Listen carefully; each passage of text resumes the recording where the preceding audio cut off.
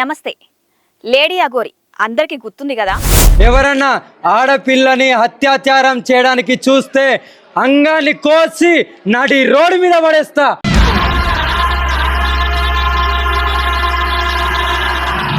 తెలంగాణ ఆంధ్రాలో విచ్చలవిడిగా తిరిగేసింది.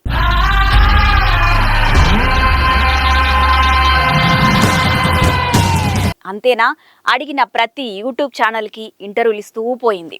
దీంతో అఘోరి దెబ్బకు ఫేమస్ అయిపోయింది.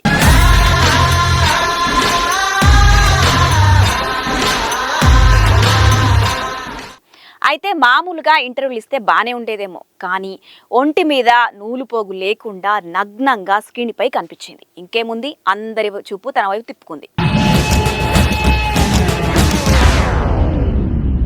అఘోరాలంటే ఇలాగే ఉంటారు, ఇవే తింటారు, అవే తింటారు, నేను మహిళని, నాకు ఋతుస్రావం అవుతుంది, నేను ఆ సమయంలో శ్మశానంలోనే ఉంటాను, బయటికి రాను అంటూ కొంచెం డిఫరెంట్గా మాట్లాడింది.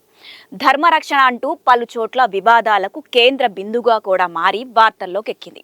దిగంబరంగా సమాజంలోకి రావడంతో పలు చోట్ల పోలీసులు అడ్డుకోవడం, ఆత్మార్పణకు ప్రయత్నించడం, ఇలా ఒక్కటి కాదు చెప్పుకుంటూ పోతే కర్రలతో దాడులు, రోడ్లపై బైఠాయించి హల్చల్, ఇలా ఎన్నో వివాదాలు ఆమె చుట్టూ తిరిగాయి.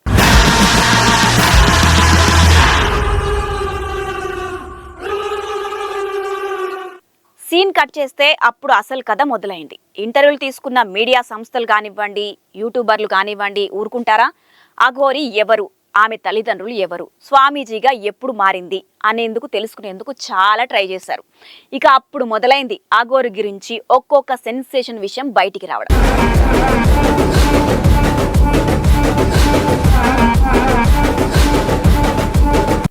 మంచిర్యాల జిల్లా కుష్నపల్లి అఘోరి పుట్టిన ఊరు. అఘోరి మహిళ కాదని తేలింది. అతడు ఆమెగా ట్రాన్స్జెండర్ గా మారినట్లు ఇంకో కొత్త విషయం బయటికి వచ్చింది. అఘోరి అసలు పేరు శ్రీనివాస్ అని, 6వ తరగతి చదువుతుండగానే చిన్నతనంలోనే శ్రీనివాస్ ఇంట్లోంచి వెళ్లిపోయినట్లు కూడా చెప్పుకున్నారు. ఇక ఇప్పుడు కొత్తగా లేడీ అఘోరి గురించి కొన్ని విషయాలు బాగా సర్క్యులేట్ అవుతున్నాయి. అసలు అఘోరి మాటంతా అబద్ధాల పుట్ట అనేస్తున్నారు ఆమె గ్రామస్తులే. కొన్ని సంచలన విషయాలు బయటికి చెబుతున్నారు. అంతేకాదు, ఏకంగా అఘోరికి సంబంధించిన ఓల్డ్ ఫోటో ఒకటి సోషల్ మీడియాలో కూడా తెగ వైరల్ అవుతోంది. ఈ ఫోటో ఆధారంగా అఘోరి మాటలన్నీ అబద్ధాలే అంటూ ఆమె వీడియోలు చూసిన పబ్లిక్ కూడా ఏదో మతలబుద్దని అంటున్నారు. అయితే ఇప్పుడు కొత్తగా అఘోరి లేటెస్ట్ ఫోటో బయటకు రావడంతో దీంతో సీన్ రివర్స్ అయింది. అఘోరి చెప్పిన మాటలు పచ్చి అబద్ధాలని తేలిపోయింది.